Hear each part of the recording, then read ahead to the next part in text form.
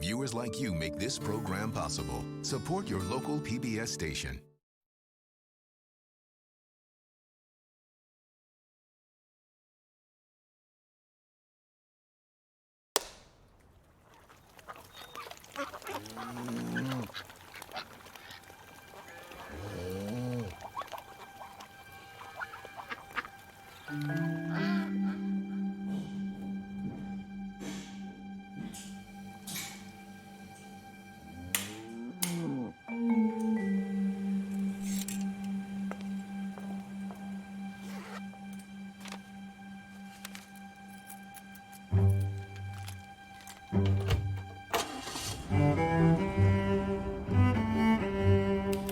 This program is an attempt to bring forward the most exciting new books we know of. Such a book is a collection of short stories. A good man is hard to find. One critic called her perhaps the most naturally gifted of the youngest generation of American novelists. Here she is, Flannery O'Connor. The grandmother didn't want to go to Florida. She wanted to visit some of her connections in East Tennessee, and she was seizing at every chance to change Bailey's mind. Bailey was the son she lived with, her only boy. Now look here, Bailey, she said. See here, read this. Here, this fellow that calls himself the Misfit is loose from the federal pen and headed toward Florida. I love Southern writing. I particularly loved Flannery O'Connor. You'd think it's this bitter old alcoholic who's writing these really funny, dark stories. And then you find out she's a woman and that she's devoutly religious. I hope you don't think, he said in a lofty, indignant tone, that I believe in that crap. She was able to go straight to the craziness without always trying to make the craziness black or the craziness white. She just saw the mystery of the craziness. Flannery O'Connor's life, in some ways, could have come out of a Flannery O'Connor story. It was the illness, I think, that made her the writer that she is. Flannery O'Connor is one of the maybe 5 or 6 writers in the history of the world who is least afraid to look at the darkness. You have a wolf dressed up as a grandma. Something's going to happen.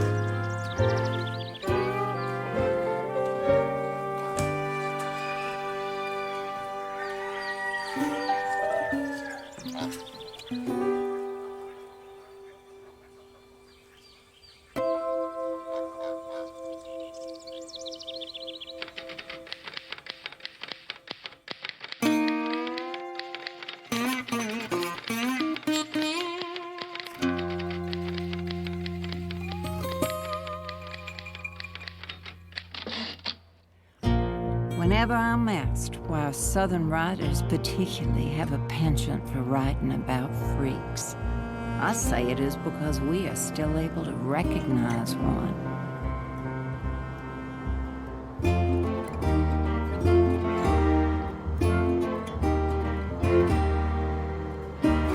All right, ladies and gentlemen, step right up. Here they are, fresh roasted peanuts, popcorn, In a small town, you can lie, you can steal, you can commit adultery, you can even murder somebody, but you can't not go to church.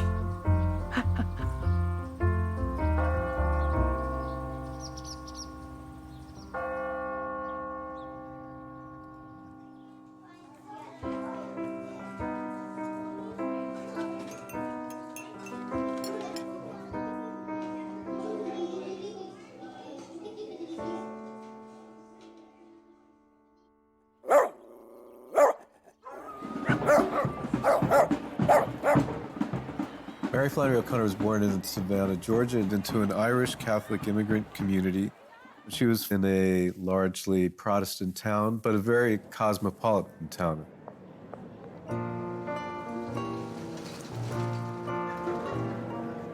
She's far more American than she is Irish, and she's far more Southern than she is American.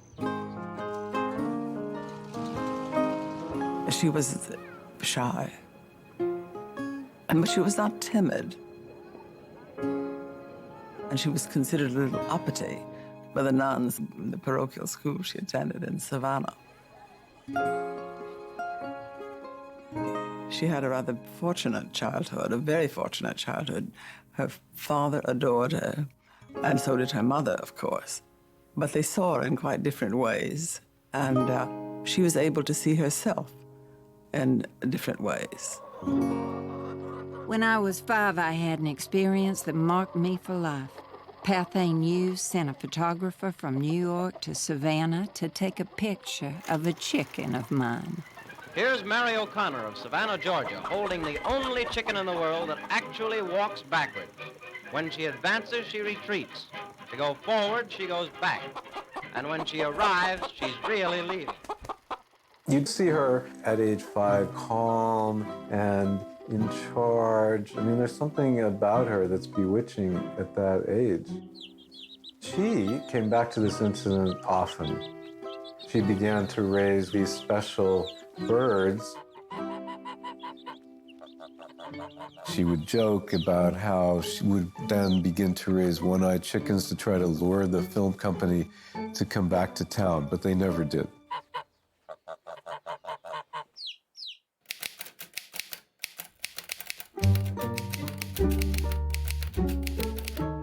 I would say her signature story is A Temple of the Holy Ghost, because it envisions this young girl who is clearly a version of Flannery O'Connor.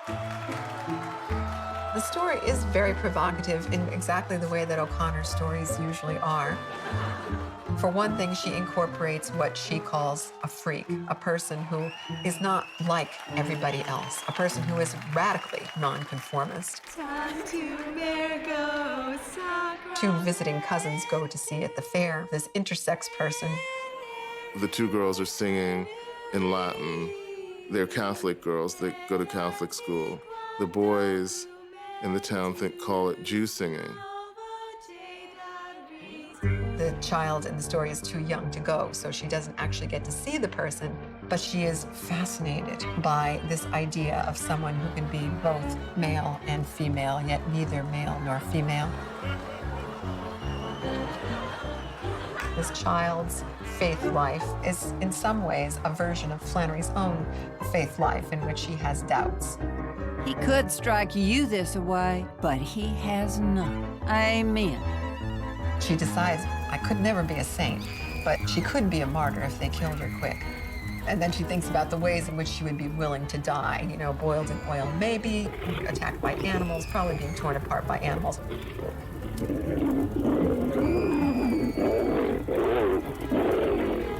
If you went to Mass, you heard those prayers over and over again.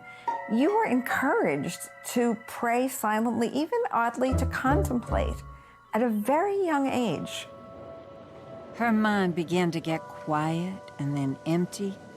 But when the priest raised the monstrance with the host shining ivory-colored in the center of it, she was thinking of the tent at the fair that had the freak in it. You are God's temple, don't you know? What's happening here is something so remarkable that the profane meets the sacred. And it's within that comic medium that these stories operate. This is the way Flannery O'Connor works. You either get it or you don't. And if you don't, then don't go to the carnival. God's Spirit has a dwelling in you, don't you know? Amen.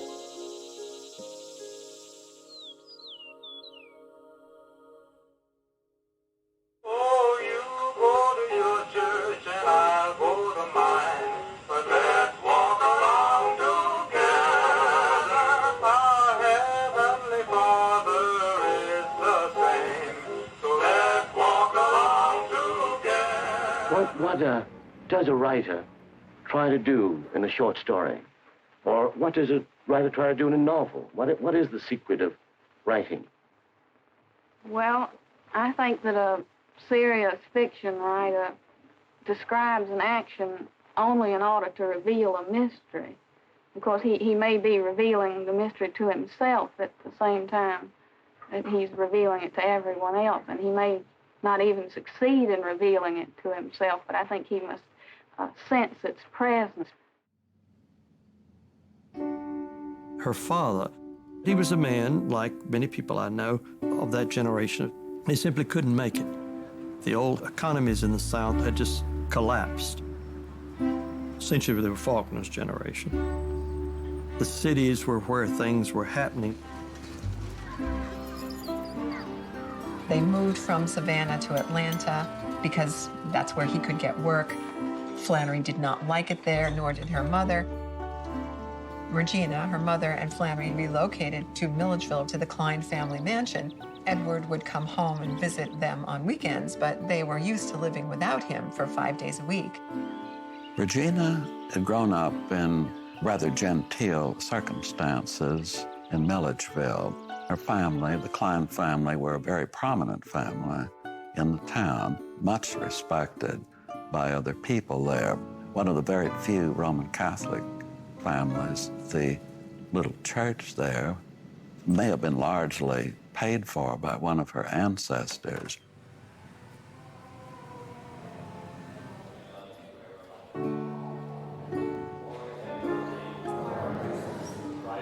Her mother had 15 brothers and sisters, and a number of them still lived in the house. Miss Mary still lived there, Mr. Hugh, Miss Kate, whom Flannery called the Duchess, some great aunts. So she was used to people getting sick, dying, strokes. She always had a strong sense of mortality.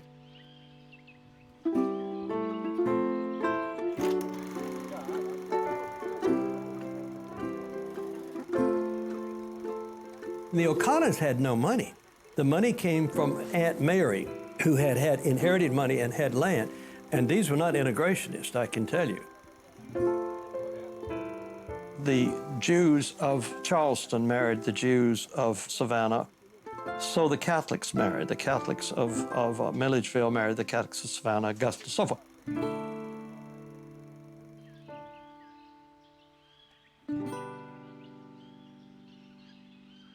The time that Flannery lived, the 3 Ks were always Coons, Kikes, and Catholics. That is, African Americans, Jews, and Catholics. Catholics were very suspect, so there was a kind of siege mentality by Catholics. But this was good for Flannery because it meant that she didn't take for granted widespread approval. She ignored the disapproval of her religion. She ignored the disapproval of her fiction.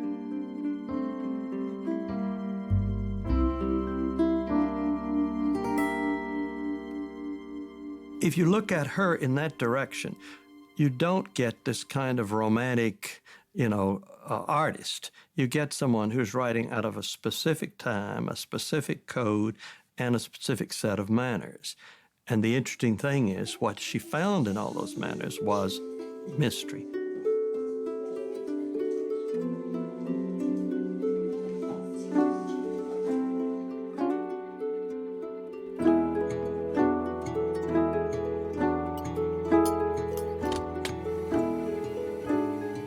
Flannery's father was the one who encouraged her literary ambitions. Her mother was interested in improving it. Corrective shoes, braces, everything. The father, on the other hand, liked her as she was.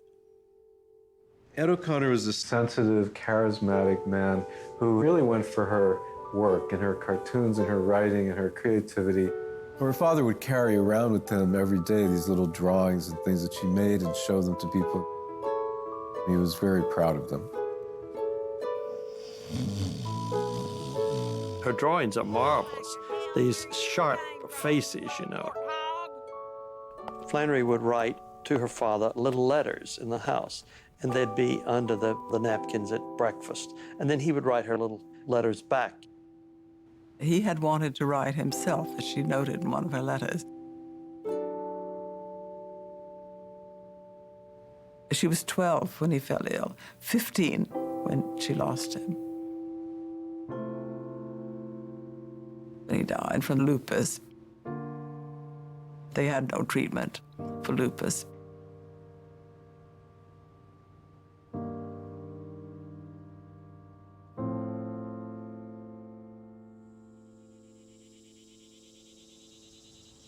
The death of Edward O'Connor, no doubt, was a major turning point in her life. Up until that time, she had had a reasonably happy childhood. She was much loved. She was an only child. She had the full attention of both of her parents. And the loss of that suddenly was a huge void for her. I suppose what I mean about my father is that he would have written well if he could have. Needing people badly and not getting them may turn you in a creative direction. He needed the people, I guess, and got them. Or rather wanted them and got them. I wanted them and didn't.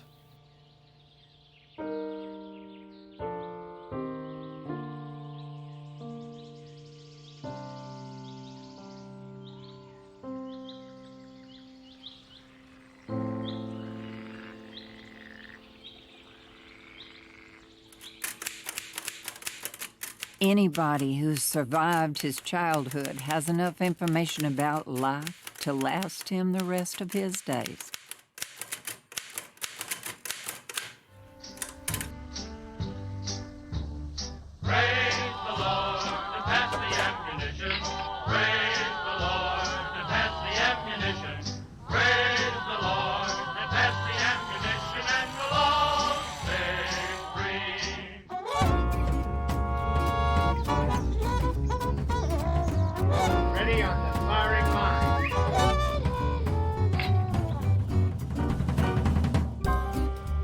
Flannery O'Connor started doing her writing during World War II when she was a student in Milledgeville at the Georgia State College for Women. It was actually an interesting, important moment. She was in a women's college. Most of the men were away fighting the war. The women professors here were encouraging the female students to think about the various things that they could do with their lives. And Flannery picked up on hints about how the world was changing.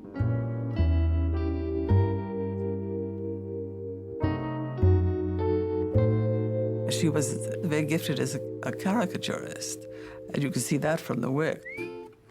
She does cartoons which were then published in the student newspaper and in the yearbook about life on campus, but they're not happy prom sorority visions of life on campus. Oh, don't worry about not getting on the dean's list. It's no fun going to the picture show at night anyway. When the waves are on campus who are Navy women, she makes fun of them as if they're an occupying force taking over the campus. This early sensibility is both sarcastic, empathetic, and funny and weird all at once. She thought she wanted to be a serious writer who would support herself by cartoons. She actually had great ambitions for her cartoons. She would send them to the New Yorker when James Thurber was the great New Yorker cartoonist.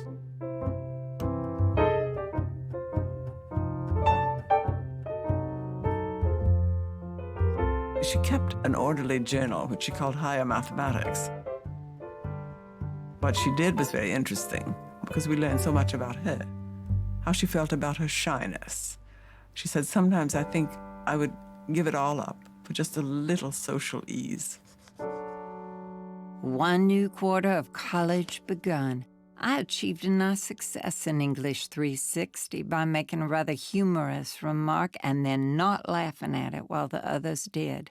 This is the sort of me I strive to build up, the cool, sophisticated, clever wit. The inarticulate, confused blunderer overwhelms the CSCW most of the time.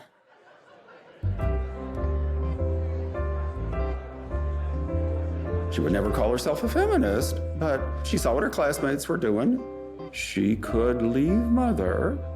She could become a political cartoonist and have a career. Today, I envision myself as a cartoonist block printer of national repute. I make $400,000 before graduating from college, and with it in tow, prepare for the leisurely life of a lethargic scholar and traveler. She knew that was going outside the usual prescribed roles for a woman. In these early cartoons, you can almost see, weirdly, O'Connor's aesthetic intact. Today, I'm devoted to realism. I will become a realist. I will take note of the things around me accurately. I wonder if some of these mental, emotional, social things that are happening to me and the people around me could crystallize into a novel. I must write a novel.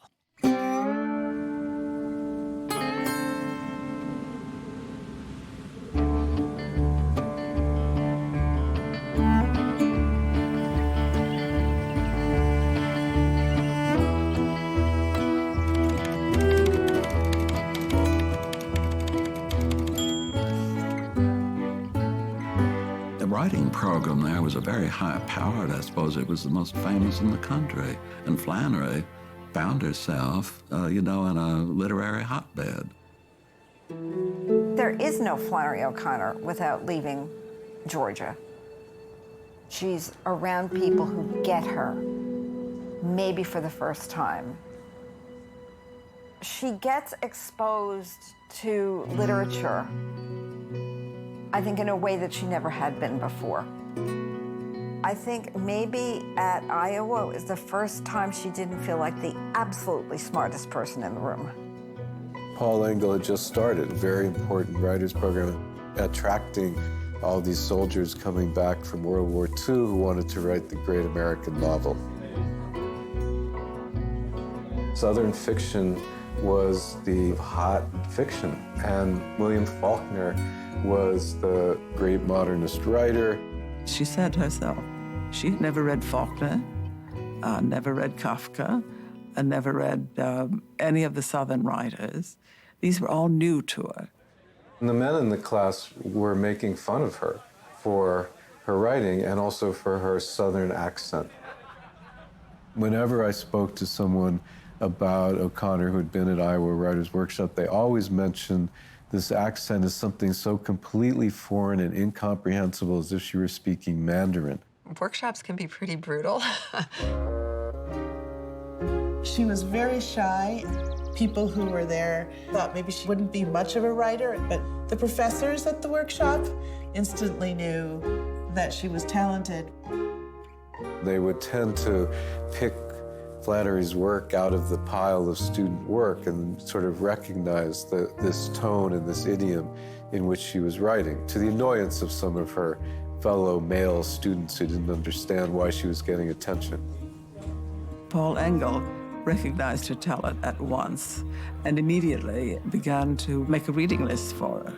And she drank it in. She read Henry James, she read The Russians, Dostoevsky.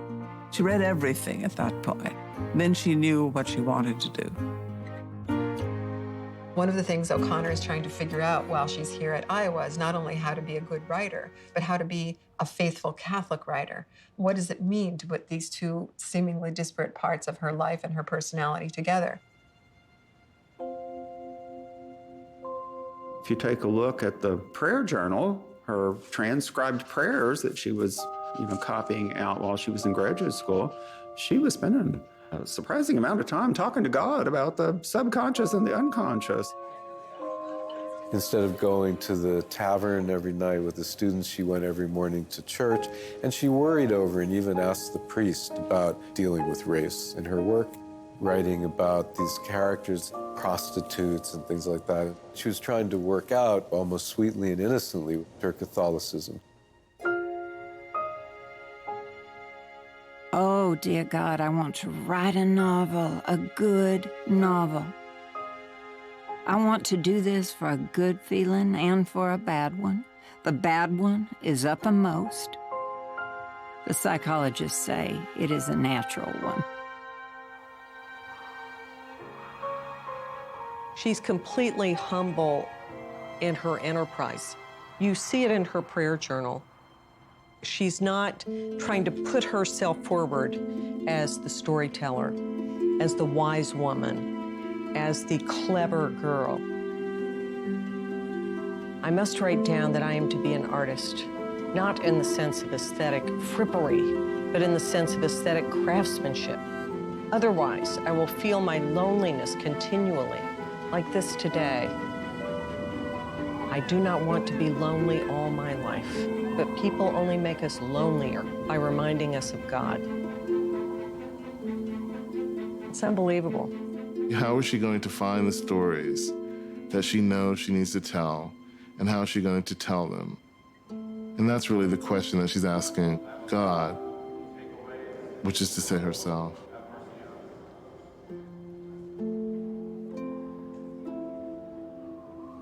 It's a tremendous and astonishing, in some way, unmovable faith that I don't think contemporary writers of any kind could sustain.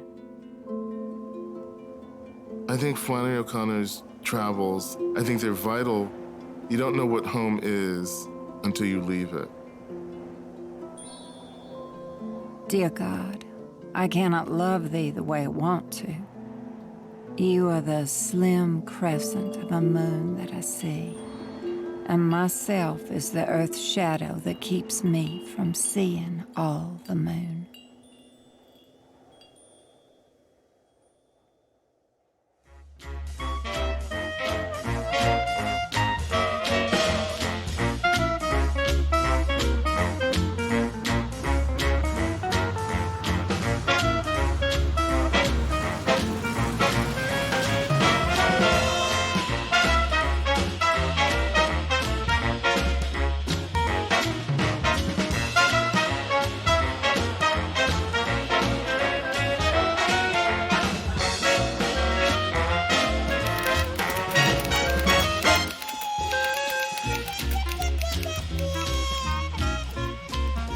After being at the Writers' Workshop for 3 years, she was admitted to Yaddo, a program in Saratoga Springs where writers famously went and were able to devote themselves to their writing. There was a kind of Southern Renaissance. Truman Capote had been there, Carson McCullers.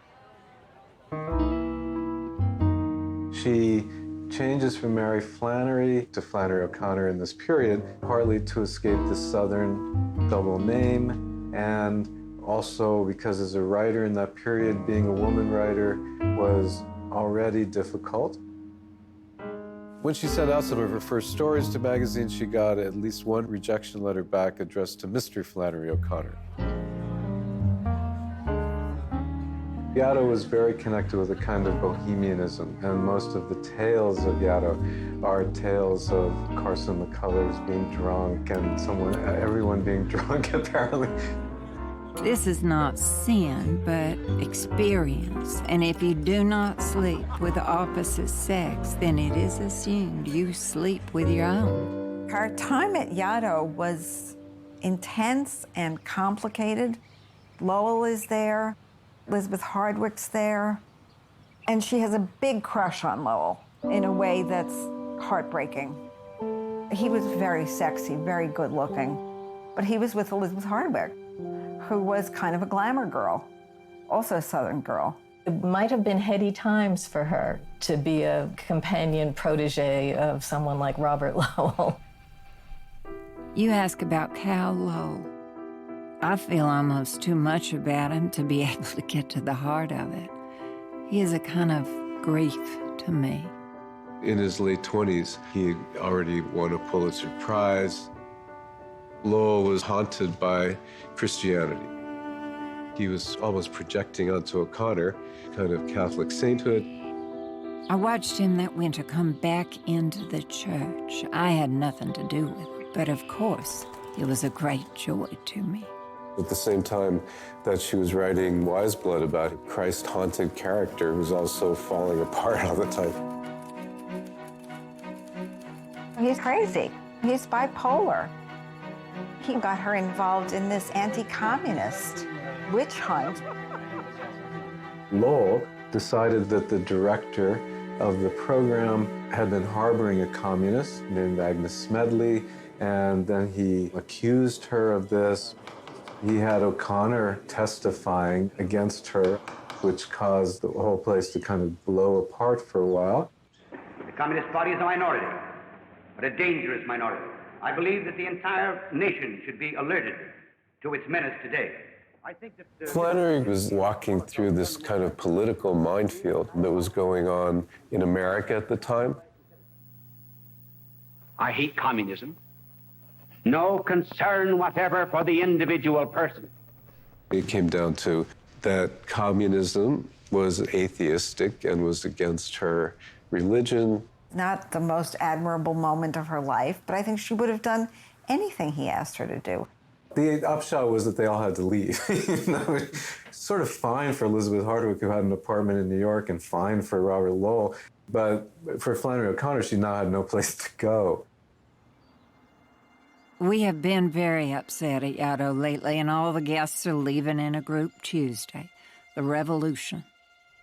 I'll probably have to be in New York a month or so, and I'll be looking for a place to stay. All this has been very disruptive to the book and has changed my plans entirely, as I definitely won't be coming back to Yaddo.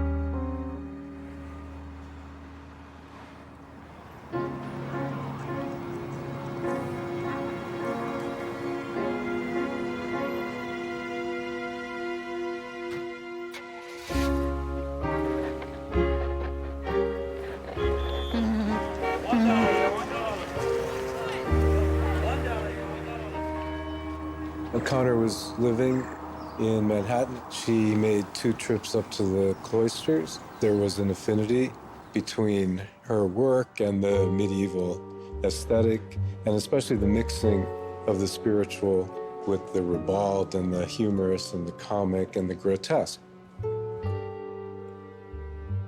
There are reasons that intensify the grotesque quality of some writing in these times. I feel that the grotesque quality of my own work is intensified by the fact that I am both a Southern and a Catholic writer.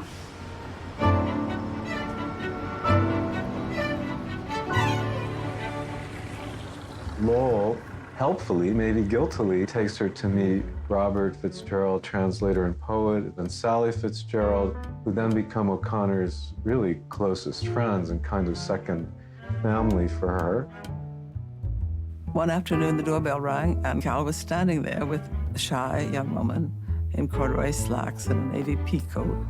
Flannery had been living in a furnished room in someone's apartment up on the Upper West Side, and she was pretty miserable. So we said, well, why don't you come and live with us, be our boarder?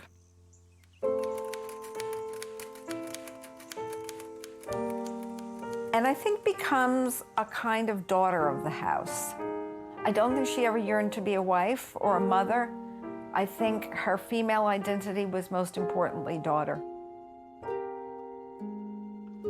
Underlying all that was the process of writing Wise Blood, the struggle and the rewriting and the rewriting. As young as she was still in her early 20s, I guess. Here's a big revelation. I think we all write somewhere in our notebooks, oh, this is no good, you know? I think you can see in her letters about working on Wise Blood and the process that she went through. Her first publisher who didn't get it. Flannery said that the editor at Holt treats me like a dim-witted campfire girl. He called her prematurely arrogant. And O'Connor, very young, completely stands up for herself and the possibility that this book will never be published, and just says that I'm not writing this kind of novel. Publishers never intimidated her. I am not writing a conventional novel, and I think that the quality of the novel I write will derive precisely from the peculiarity, or the aloneness, if you will, of the experience I write from. She's very clear-eyed. You know, there are people you take one look at and you know that's a bum or that's a liar. With her, it was, that's an honest person. I published every book she wrote. One day, she said, you know, I think I'd better see a doctor because I can't raise my arms to the typewriter. I made the appointment with the doctor. He said, I suggest that when you go back to Milledgeville, you check into the hospital and have a complete physical examination. When she left New York on the train, she wasn't feeling well. When Uncle Lewis met her at the station in Atlanta, he said that she looked like she was 1,000 years old. She was so sick. Even when she knew that she was sick, she thought she had arthritis, and she kept expecting to come back. Dr. Arthur Merrill in Atlanta recognized it. It sounds like lupus. Bring her in here today. And when he saw her, he realized that it was lupus and it was advanced. He told her mother, but her mother, knowing that the father had died of the same disease, thought that the shock would be too great for Flannery and decided not to tell her. Mrs. O'Connor told us of this decision. Of course, we honored it. She lost her hair. She was rather disfigured by the medicine. It could be combated, although not cured, by cortisone, and this is the way she was able to live as long as she did. Flannery continued to talk about her arthritis and the fact that she was looking forward to getting back to Connecticut. Never did send for her books, never sent for her clothes. She never stopped writing. She was a good stonemason. Good artisans are that way in everything. Virgil wrote a line a day. Flaubert wrote a paragraph a day, but they were craftsmen. They weren't trying to save the world. In a sense, sickness is a place more instructive than a long trip to Europe. It's a place where there's no company, where nobody can follow.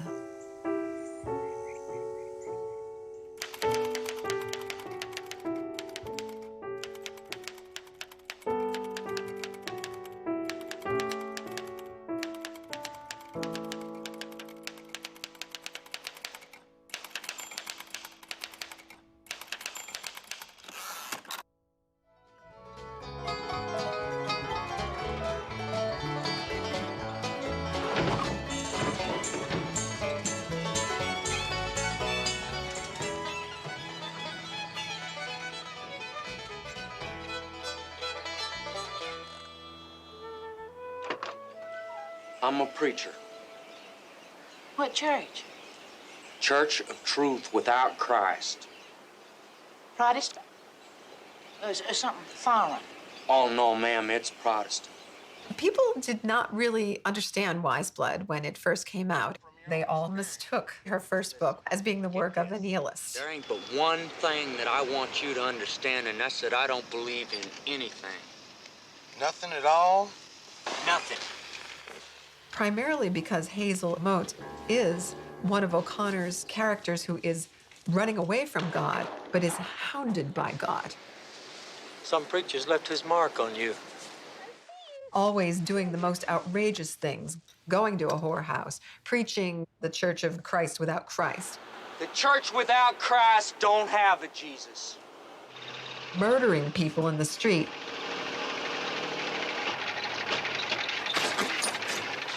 And yet, every time he turns around, there's that ragged figure that's following him, Now we got shut of them. Why don't we go someplace and have some fun? He can't estrange God. And there's no way you can ever entirely estrange yourself from God. So O'Connor understands this. This is her theology. There's no peace for the redeemed. If there was 3 crosses there and Jesus Christ... When I went to do her first novel as a film, in a very calculated way, I chose a director who was an atheist because I did not want some soppy religious thing, and she would have hated it. When John Huston decided to make a movie of it many, many years later, I wondered, how is he going to do it? Where you come from is gone. Where you thought you were going to, weren't never there. But when she wrote the novel in my parents' house, my father was at the time translating the Oedipus Rex of Sophocles, which she had never read. What you gonna do with that, Mr. Moles? She was so shocked by the Oedipus Rex that she reworked the entire novel to accommodate Hazel Mote's blinding himself as Oedipus does. There is where the razor's edge of Wise Blood and Flannery O'Connor really are. Mr. Moles, what's that wire around you for? How can a person really be a saint? What kind of a saint would that person be, she wondered. Now, I remember on the last day, John, his hands over my shoulders and leaned in and said, "Ben, I think I've been had." By the end, he realized I've told another story than the one I thought I was telling. I've told Flannery O'Connor's story. Huston kind of looks down and he looks up at everybody and looks around and he says, Jesus wins. There you are, little lady. And thank you, madam. Thank you very much. All right, ladies and gentlemen. I was asleep on a bed of nails till my back was torn and bleeding. In the deep darkness of hell, the Damascus of my meeting. I want to get right with God. Yes, you know you got to get right with God. It was admired, it was very much admired because its power was undeniable, but the critics didn't understand it. I'll tell you that the publishing point of view was this book is a flop. It got bad reviews. I was shocked at the stupidity of these reviews, the lack of perception, or even the lack of having an open mind about it. The review in Time was terrible, nearly gave me apoplexy. The one in the Atlanta Journal was so stupid it was painful. It was written, I understand, by the lady who writes about gardening. They shouldn't have taken her away from the petunias. At the autograph party in Milledgeville, all the ladies came, and they were all excited about this new author in town, and they all walked away with her book, Wise Blood, all autographed and everything. And I think she was just kind of chuckling to herself as she saw them all leave the room, thinking, oh, wait till they find out, or wait till they really see what it's all about.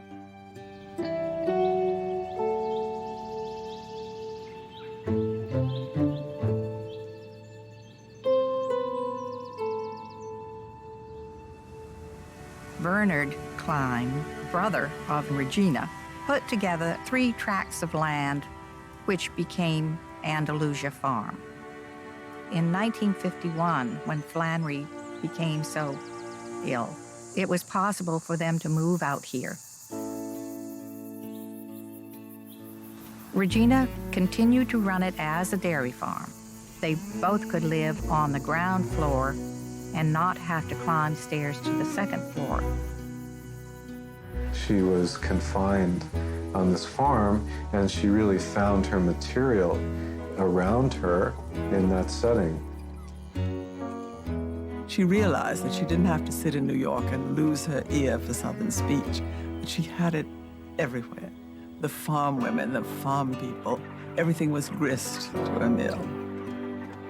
I think maybe the reason that she appeals to so many musicians is because she's one of those writers who is best heard. Everything is getting terrible. I remember the day you could go off and leave your screen door unlatched. Not no more. One day, Flannery and I had driven over to Milledgeville to do errands. She said something again about her arthritis. I said, Flannery, you don't have arthritis. You have lupus. Her hand was shaking. My knee was shaking on the clutch. And we drove back up and down the road. In a few minutes, she said, well, that's not good news, but I can't thank you enough for telling me. I thought I had lupus. And I thought I was going crazy. And I'd a lot rather be sick than crazy. The disease that had eaten her up and it was a great moment in which the hope and everything she had suddenly, the hope of her writing and everything, suddenly hit her that she just may never get to do what she wanted to do. This was devastating knowledge. She expected to live 3 years, which is what her father had lived after his disease was diagnosed.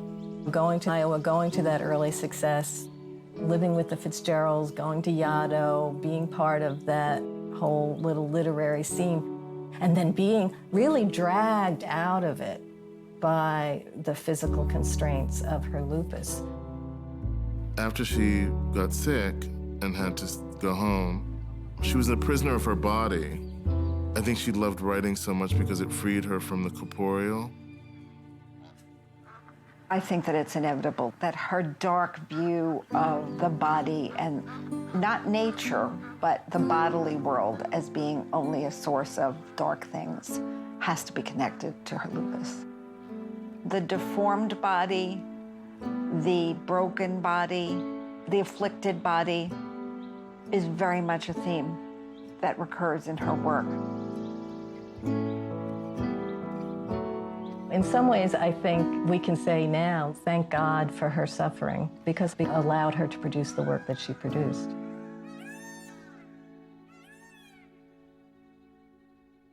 To know yourself is to know your region, and that it's also to know the world.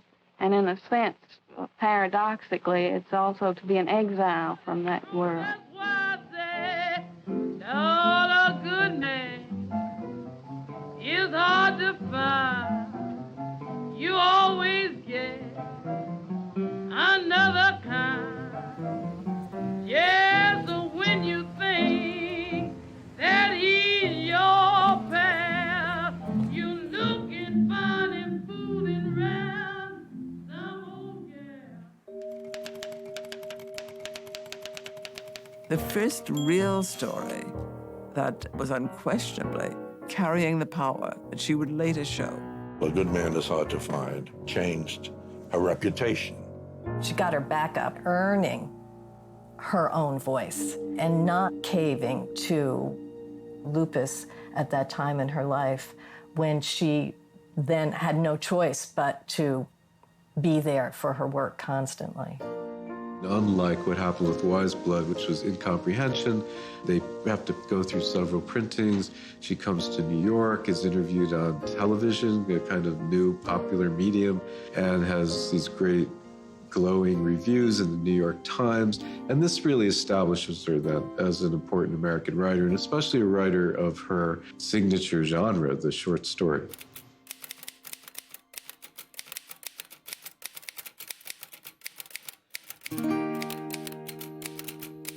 They're on their way to Florida for a vacation, and the grandmother is sitting in the back seat with her 2 grandchildren. Tennessee is just a hillbilly dumping ground, John Wesley said, and Georgia is a lousy state, too. Outside of Toomsboro, she woke up and recalled an old plantation that she had visited in this neighborhood once when she was a young lady. Oh, look at the cute little pickaninny, she said, and pointed to a Negro child standing in the door of the shack. Wouldn't that make a picture now, she asked. The grandmother, who in a sense is the central character in the story, her vanity, which literally causes the catastrophe. It's not much farther, the grandmother said, and just as she said it, a horrible thought came to her. The thought was so embarrassing that she turned red in the face and her eyes dilated and her feet jumped up, upsetting her valise in the corner. The instant the valise moved, the newspaper top she had over the basket under it rose with a snarl, and Pity Sing the cat sprang onto Bailey's shoulder. "We've had an accident," the children screamed in a frenzy of delight. "But nobody's killed," June Starr said with disappointment.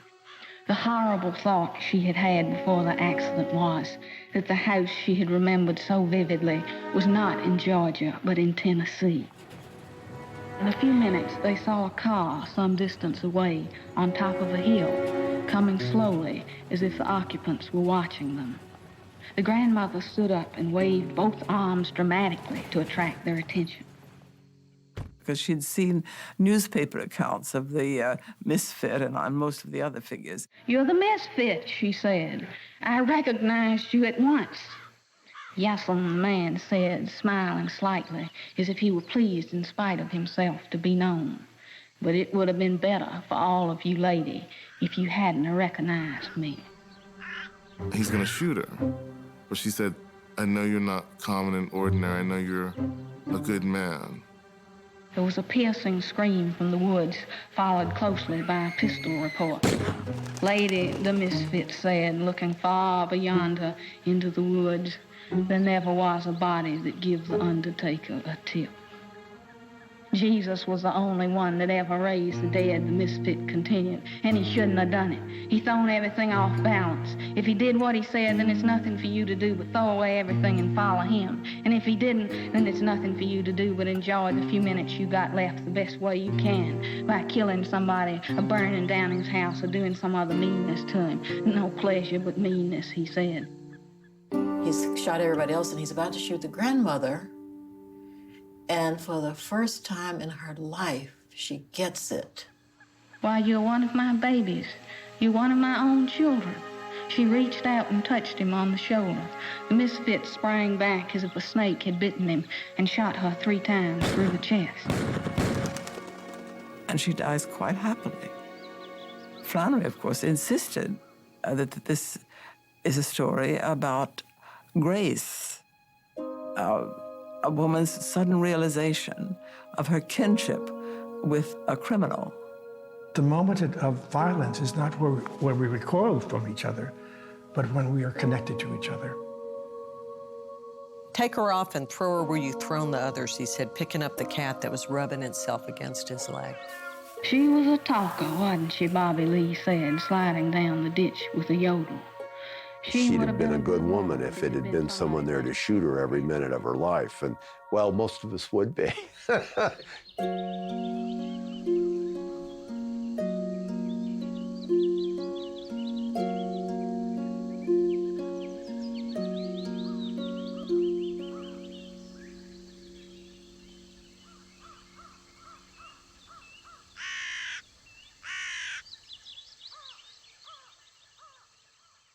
I understand you're living on a farm.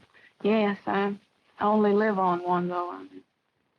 I don't see much of it. I'm a writer, and I farm from the rocking chair.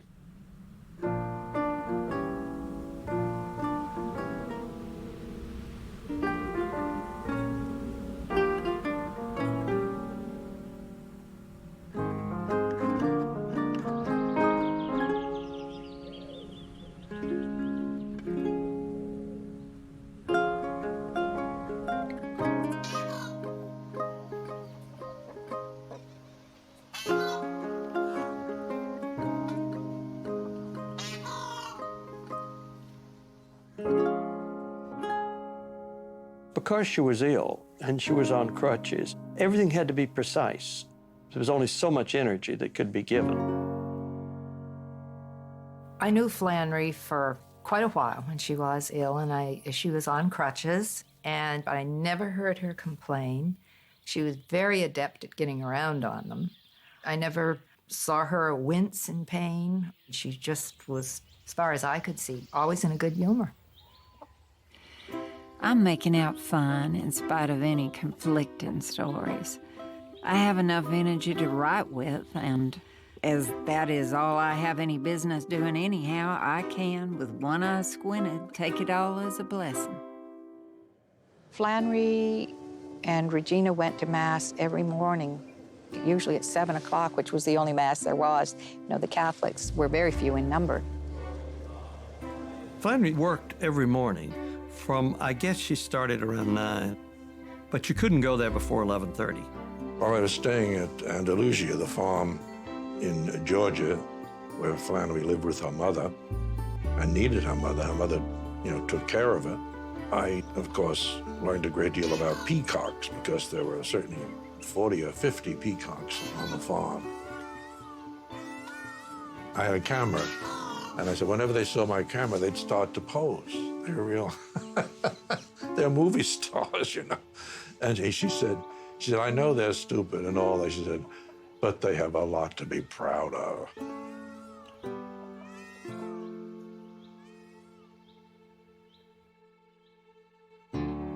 O'Connor's very difficult to predict what her reactions are going to be. She always had a kind of funny bone about popular culture. Her aunt finally said, oh, well, you know, you're on television, you know, you're important. She gets a TV late, she's on TV before she actually owns one. So when her work is adapted for TV, she just focuses on, well, I bought my mother a new refrigerator with the royalties. I have just learned via one of those gossip columns that the story I sold for a TV play is going to be put on in the spring, and that a tap dancer by the name of Gene Kelly is going to make his television debut in it. The punishment always fits the crime.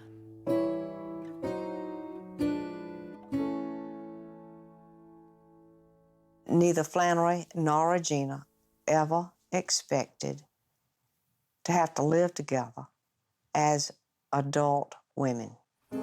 Such a complicated relationship. She was considered an eccentric. And yet, she was Miss Regina's daughter, and her manners were perfect, and they couldn't quite reconcile these two figures. Mrs. O'Connor said to me, Mr. DeRue, why can't you get Flannery to write about nice people? And because I started to laugh, and I looked at Flannery, absolutely poker-faced. So I didn't laugh. Her mother really was disappointed that her daughter was not a Southern belle. Instead, she was a writer. She had to, face Regina at the dinner table, who was still waiting for her to come out with Gone with the Wind, too. From what I understand, she couldn't stand that movie when she was 14. Her mother was such a classic, closed-mind Southerner of that era. I feel, though, that Flannery had a great subject there, and that she did a lot of examination of that particular personality. For years, I've been fooling the sorry people. Sorry people. Oh, white trash and niggers, they drain me dry. I first discovered Flannery O'Connor's work after I saw the television adaptation of The Displaced Person. The Displaced Person is about an immigrant family from Poland, post-war refugees, who move into the South. Who are they now? They come from over the water. Only one of them seems like to speak English. They're what is called displaced persons. Regina never dreamed that she was a character in a lot of the stories. The stupid woman was herself. Slowly but surely, the father figure from this refugee family starts to kind of take over the farm. Screw. The violence in the stories was something that was always clear to me as a symbolic act leading to transformations.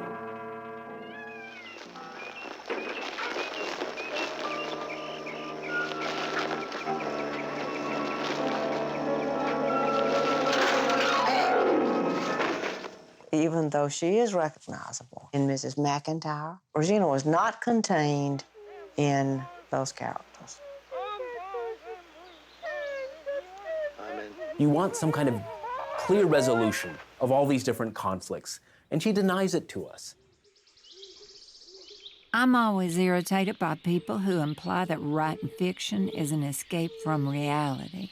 It is a plunge into reality, and it's very shocking to the system. But she's funny. She's really funny, and she's often funny in a very dire way. The laughter is the laughter of the skull, of the memento mori on your desk.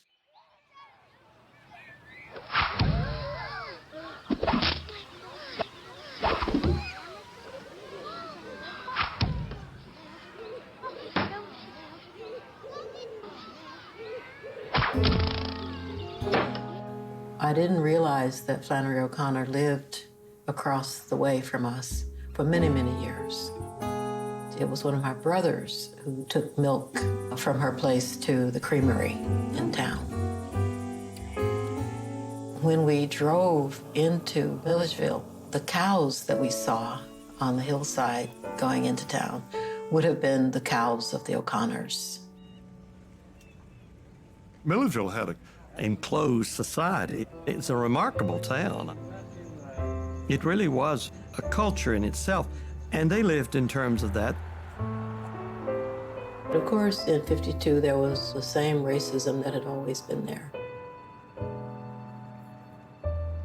They lived in terms of the institutions that were there. When you said you were from Milledgeville, everyone would laugh and say, "Oh, you're one of those crazy." You know, it was sort of like Milledgeville was synonymous with the state hospital. Gothic, grotesque, this small world, a world that was circumscribed within a farmhouse, a farm, the surrounding countryside. So much could happen in that world.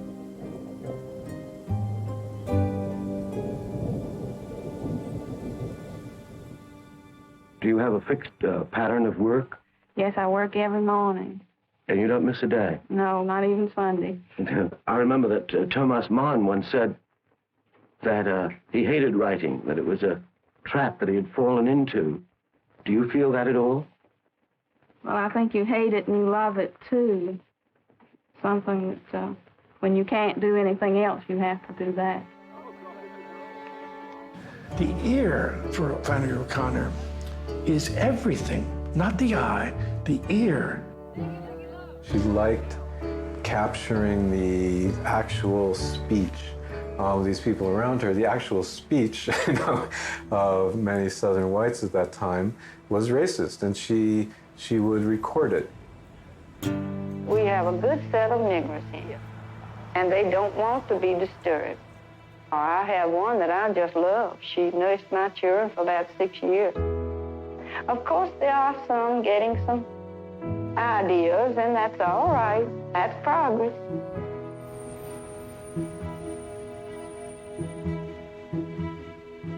Part of my worry as a reader is that she's too good, and by which I mean that her mimicry of the voices around her is too acute. In that accuracy, she doomed herself because a lot of these stories are judged by modern readers as unacceptable. I don't associate with niggers, but on the other hand, I don't associate with common white trash or Jews or Catholics, if I can help it. She's a brilliant reporter about the ways in which the social order was changing. Over and over again in her story, she was showing the disruption of the fantasy of whiteness, the fantasy of power. I think Flannery is writing for people who have been racist for a long time, and they know there's something wrong with that. I don't think Flannery was racist so much as she had a knee-jerk reaction to race in the way that she had a knee-jerk reaction to her mother. I expect that before long, there won't be no more niggers on the place. And I tell you what, I'd rather have niggers than them poles. Artificial nigger was a reference to a little hitching post. They were ornaments. She heard the expression from a local countryman, and she knew at once that she must use it somewhere. The Artificial Nigger tells the story of the elderly Mr. Head who brings his young grandson Nelson to Atlanta to see Negroes for the first time. That was a nigger, Mr. Head said, and sat back. Nelson jumped up on the seat and stood looking backward to the end of the car, but the Negro had gone. I'd have thought you'd know a nigger since you've seen so many when you was in the city on your first visit. That's his first nigger, he said to the man across the aisle. The boy slid down into the sea. You said they were black. You never said they were tan. How do you expect me to know anything when you don't tell me right? Suddenly the boy is wondering, what language have you been using? You know, because Negro or black doesn't describe what this is. You take those white racist characters, one of whom is learning to be a racist in the course of the story.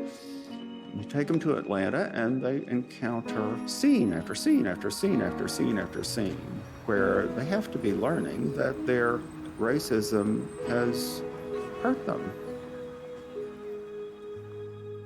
She insisted on, having this title. So there was a way in which she was true to what she was actually observing and hearing around her, and she could put on blinders about what the repercussions might be. Well, the title was so dominant. It's hard to live up to. Hurt anybody's feelings. I stood out for my title. She's been banned because the N word came out. And that's true in certain universities, that she is not, her text won't be read because the N word is used or something else. And this seems to me unfortunate. It's like Huckleberry Finn. I think The Artificial Negro is an amazing story in terms of behavior and the ways in which this sort of almost Pilgrim's Progress through Atlanta and through difference transforms these people. I think there Flannery's telling the truth, that, recovering from white racism takes a long time. On a hill far away stood an old rugged cross, the emblem of suffering and shame.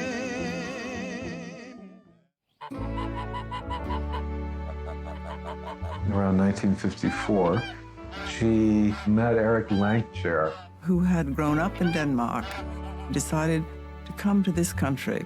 He was very much interested in religious matters, but he was far from being a Catholic.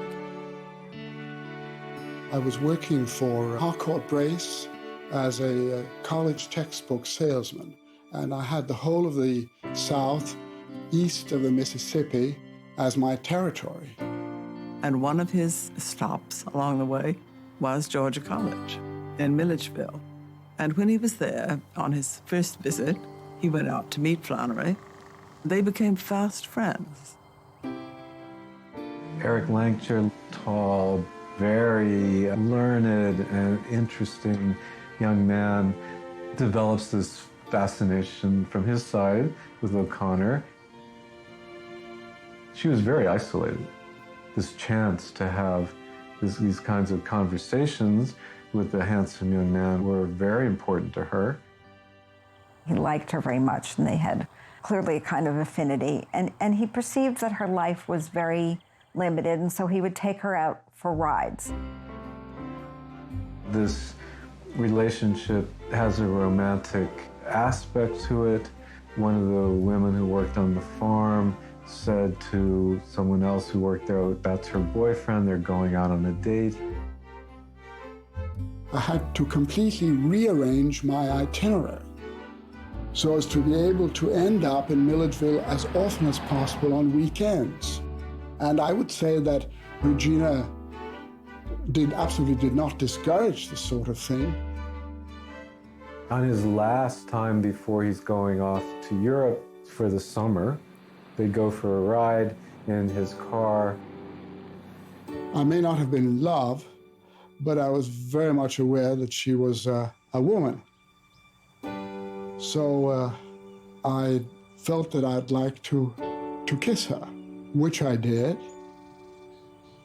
I was not by any means a Don Juan, but in my late 20s, I had, of course, kissed other girls, and there had been this firm response, and which was totally lacking in Flannery. I had a feeling of kissing a skeleton. And it reminded me of her being gravely ill. He loved her, he revered her, particularly as a writer, but he was very freaked out. He then left the country, went back to Denmark. There ensued a number of letters from Flannery, about 13, which are very revealing.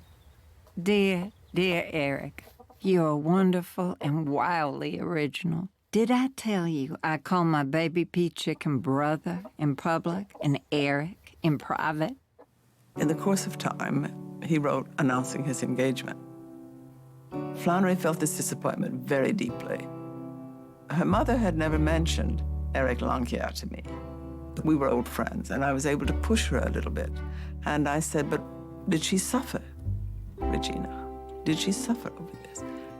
And she looked down, and against her customary reserve, she was able to say, yes, she did. It was terrible. She has a terrible emotional, personal reaction, but also a literary reaction, which is in 4 days, which is almost record time for O'Connor, who is known as the demon rewriter. She writes Good Country People, a story that in some way, metaphorically, is about this relationship. Good Country People is the story of an unhappy woman with a wooden leg from a hunting accident. Her given name was Joy, but she changed it to Hulga, just to spite her mother. One day, a traveling Bible salesman comes to her door. Eric's lists from Harcourt Brace, he called the Bible. Reading it, I realized right away that here I was in some sort of disguise. In the hayloft on a farm that's exactly a replica of Andalusia, the O'Connor's farm, she has this kind of flirtation with the Bible salesman. He gets her to unscrew her wooden leg and then makes off with it. Give me my leg, she screamed and tried to lunge for it, but he pushed her down easily. What's the matter with you all of a sudden, he asked, frowning as he screwed the top on the flask and put it quickly back inside the Bible. You just a while ago said you didn't believe in nothing. I thought you was some girl. Give me my leg, she screeched. He jumped up so quickly that she barely saw him sweep the cards and the blue box into the Bible and throw the Bible into the valise. And then the toast-colored hat disappeared down the hole, and the girl was left sitting on the straw in the dusty sunlight. When she turned her churning face toward the opening, she saw his blue figure struggling successfully over the green speckled lake. You know, as Dostoevsky said, without God, everything is permitted.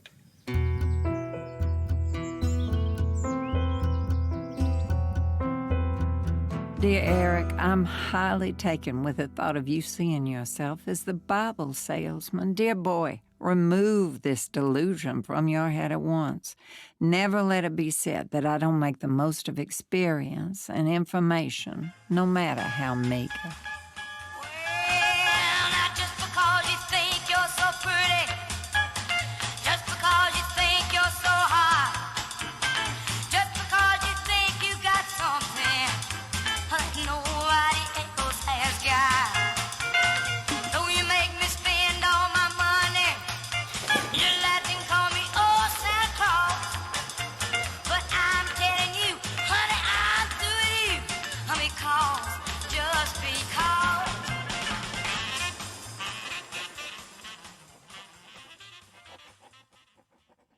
I, for myself, think that although Miss O'Connor can be called a Southern writer, I agree that she's not a Southern writer, just as Faulkner isn't, and that they are, for want of a better term, universal writers. They're writing about all mankind and about relationships and the mystery of relationships. And I'm relieved that you write as simply as you do. So after the disruption of her relationship with Eric, and also then the publication of A Good Man Is Hard to Find, she develops different sorts of relationships. A kind of friendship with Mary Lee, a bisexual sister of the president of the Georgia State College for Women, comes to see her. And Mary Lee is living in Greenwich Village, and an unlikely eccentric-looking woman in the middle of Georgia, walking around in boots and a cape and things like that. But again, the two hit it off. Mary and I came out once, and Flannery was painting. And I think she was working on this piece.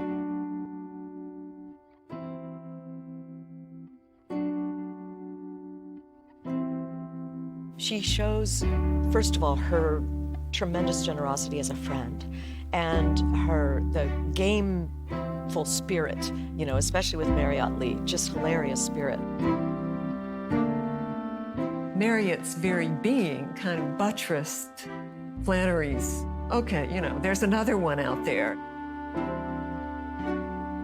She could scowl as effectively as anybody I've ever known. One of the few signs of Flannery's lupus was the fact that after the midday meal, you could see her tiring. The cortisone derivative that she took, which saved her life, had softened the bones and also had put her on crutches, and this had altered her appearance. But she was wonderfully animated when she was interested in what she was saying, when a good question was asked, and she could answer with zest. If the fact that I'm a celebrity makes you feel silly, what, dear girl, do you think it makes me feel? It's a comic distinction shared with Roy Rogers' horse and Miss Watermelon of 1955. Betty Hester appeared at a point in Flannery's life where she had just had a bit of disappointment and realized that she was going to be alone for the rest of her life, that her life was going to be writing.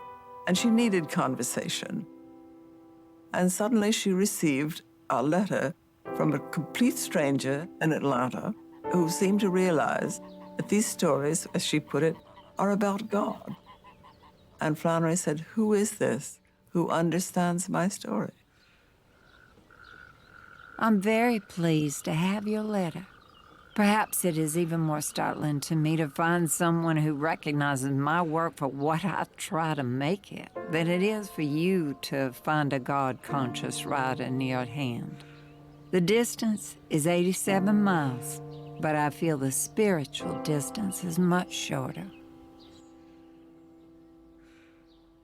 There began a conversation that lasted for years, by letter. They wrote every 2 weeks. Betty Hester was a clerk in a credit office. Betty was lesbian and had actually suffered horribly for that. I mean, she was in the Air Force, and she was kicked out and had to go back to 1950s South, where it was hard for a woman, period, to get a job. And if your service record said something, you may as well go back to the penitentiary. She lived in fear. From that time on, she had no relationships with anybody. She lived with her aunt. She had a dingy little job, and her whole life was reading, and the letters that she elicited from Flannery are among the real treasures to be found in Flannery's letters. I find myself in a world where everybody has his compartment, puts you in yours, shuts the door, and departs. My audience are the people who think God is dead. At least these are the people I am conscious of writing for. Then Betty Hester, she writes a letter of almost confession to Flannery O'Connor about the lesbian activity that had caused her to be discharged from the military. When you're reading this exchange of letters between them, I was on the edge of my seat because you're wondering where O'Connor is going to go with this. I mean, she could go almost either way. Betty, I can't write you fast enough and tell you that it doesn't make the slightest bit of difference in my opinion of you, which is the same as it was, and that is based solidly on complete respect. You've done me nothing but good, but the fact is, above and beyond this, that I have a spiritual relationship to you. What is necessary for you to know is my very real love and admiration for you. Yours, Flannery. Flannery's letters were her closest relationships with other human beings, and they were very important to her. and she worked really hard to be the kind of friend that an individual needed for her to be. Those letters, those are her love relationships. A book of letters could reveal a person in a way that a biography doesn't. The habit of being opened that door so that people understood that this woman had a religious point of view, that she saw life as the action of God's grace, and that without understanding that, it's impossible to know what she was doing and what those stories really mean. That's the whole point of her writing, I think. The Catholic thinking, not be so doctrinaire, and that she reveal it to be obvious to feeling and thinking people.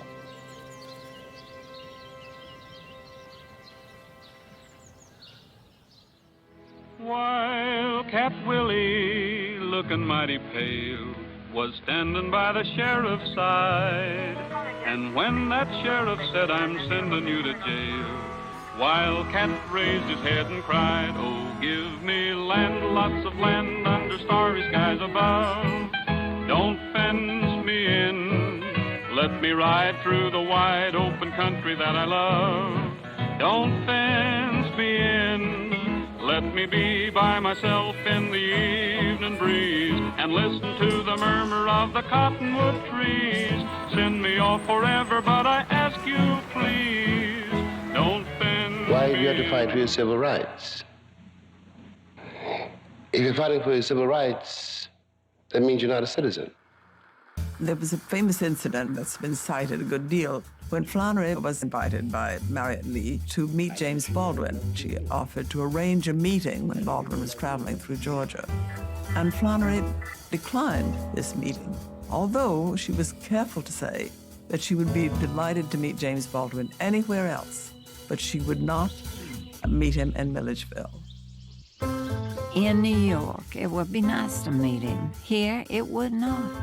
I observe the traditions of the society I feed on. Might as well expect a mule to flies me to see James Baldwin in Georgia. She didn't want to be a spokesman for the South. She was an artist. She could only talk about the South if she was one of its citizens.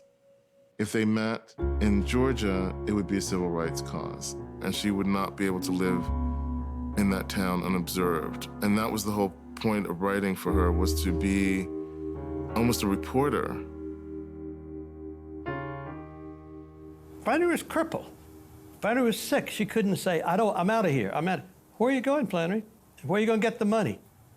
They had no money. I mean, Flannery didn't make any money from her books. That's why she went out on speaking tours. Next week, I go to Rosary College in Chicago and then to Notre Dame. Then I have to go to Emory and talk to a Methodist student congregation on the South, their choice of topic. A little of this honored guest business goes a long way, but it sure does help my finances. For these meetings, she wrote these wonderful little essays that appear in Mystery and Manners. There is something in us as storytellers and as listeners to stories that demands a redemptive act, that demands that what falls at least be offered the chance of restoration.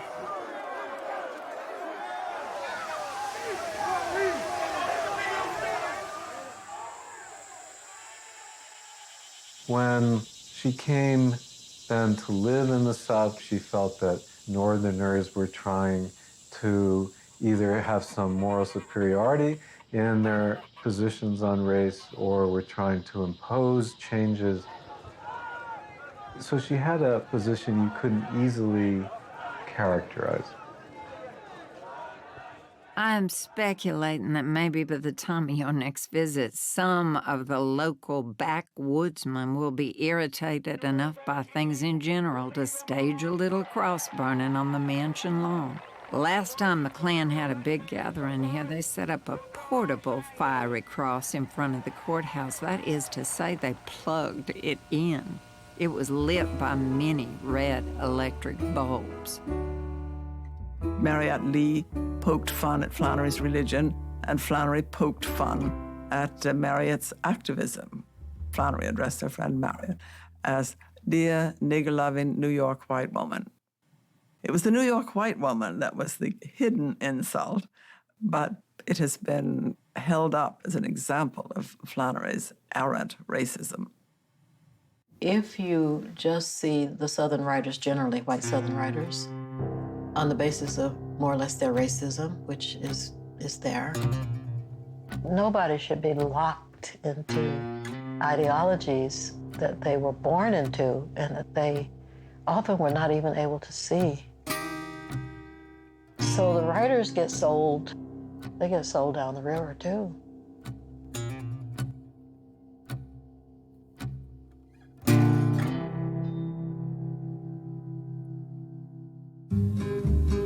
Dominique et Nique s'en allait tout simplement, routier, pauvre et chantant. En tout chemin, en tout lieu, il ne parle que du bon Dieu, il ne parle que du bon Dieu. À l'époque où Jean sans terre d'Angleterre était le roi, Dominique, notre père, combattit les albigeois. Dominique et Nique s'en allait tout simplement, routier, pauvre et chantant. En tout chemin, en tout lieu, il ne parle que du bon Dieu, il ne parle que du bon Dieu. Flannery had been ill so long, and her prospects were so dim. Cousin Katie wanted her to go to Lourdes. As Flannery said, it's her end-all and be-all that I go to Lourdes. And Regina wanted to go, and Flannery very reluctantly agreed. She said, I don't want a miracle. I've come to terms with my life. I don't want a miracle. I want to go right on doing what I'm doing. But she didn't like to disappoint her cousin. Without cessation throughout the day at Lourdes, 60,000 pilgrims attended or heard divine services. Many will have been ill and beyond medical aid, but hoping to show on their return that their faith has made them whole. Of course, there were many people there, sick, the lame, the halt, and the blind were there, and everyone full of hope. And it was very touching, it was very moving. But Flannery was still very reluctant to take the bath. She said, I'm the kind of Catholic who could die for her faith before she would take a bath for it. For a while, it looked as though something had really happened, because about 6 months later, Regina said to me in an aside, she said the hip had begun to recalcify and so forth. Of course, it didn't last. I have a large tumor, and if they don't make haste and get rid of it, they will have to remove me and leave it.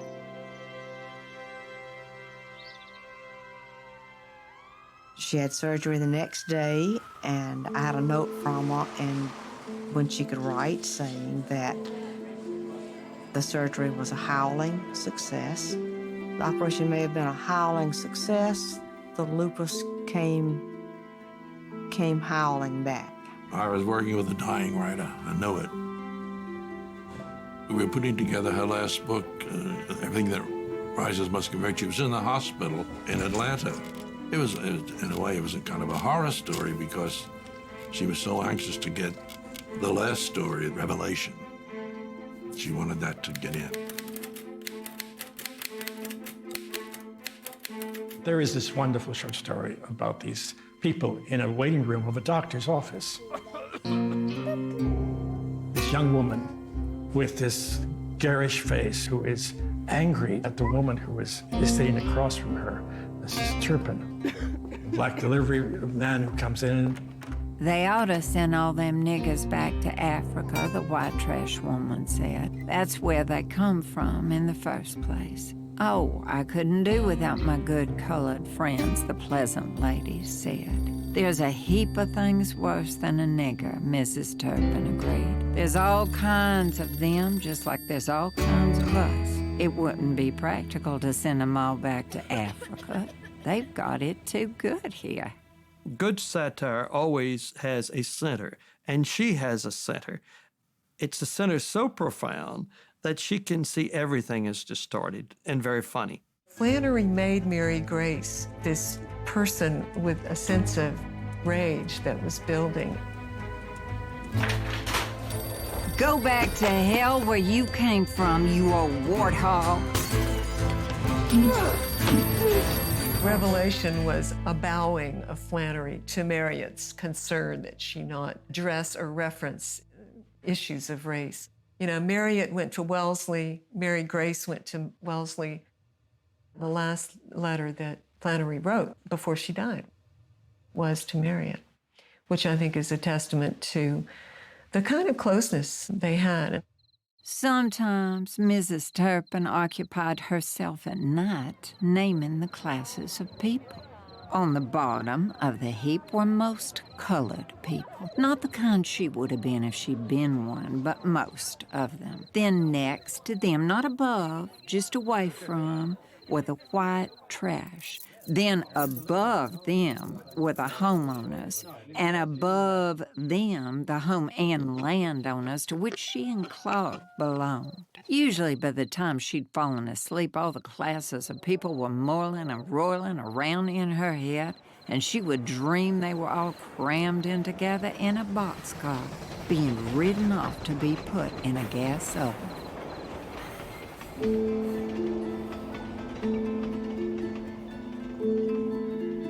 She always worked. As long as she was able to work, she worked even in the hospital.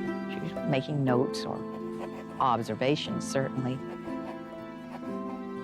The sun was behind the wood, very red, looking over the paling of trees like a farmer inspecting his own hogs. Why me, she rumbled. It's no trash around here, black or white, that I haven't given to, and break my back to the bone every day working and do for the church. Go on, she yelled, call me a hog, call me a warthog from hell. Put that bottom rail on top, there'll still be a top and bottom. A final surge of fury shook her and she roared, who do you think you are? That's so good.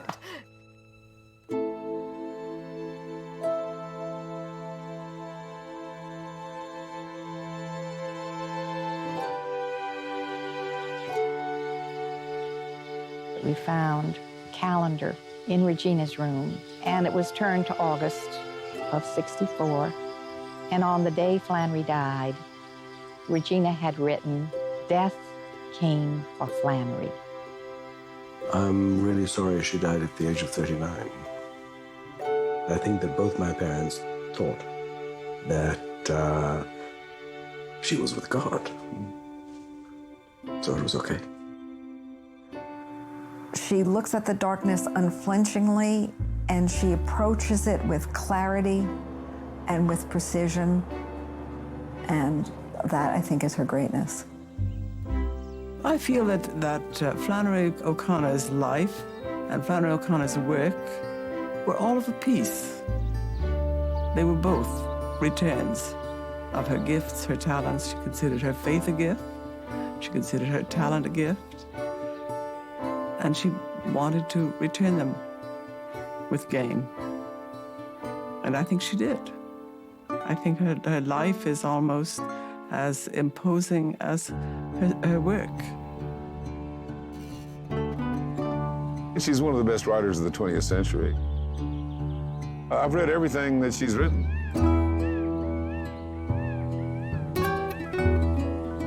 The life of Flannery O'Connor and what she had to offer in terms of her relationship to the greater mysteries of existence are going to be things that people will tap into because they aren't going away.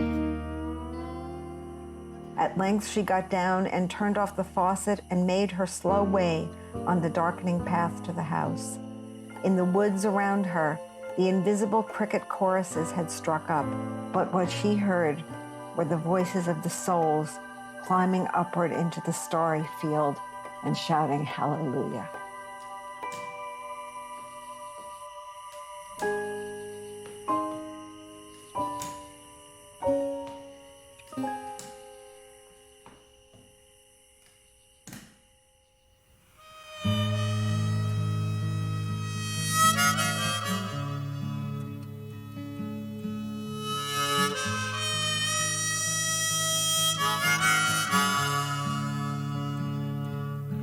I saw her standing on her front lawn, just a twirling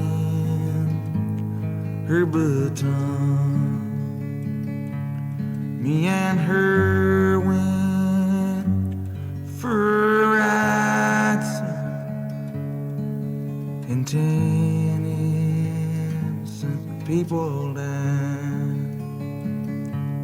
from the town of Lincoln, Nebraska, with a sawed-off 410 on my lap. Through the badlands of Wyoming, I killed everything in my path.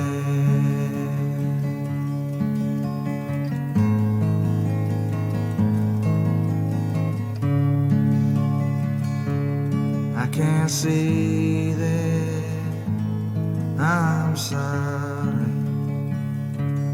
for the things that we done, at least for a little while, sir.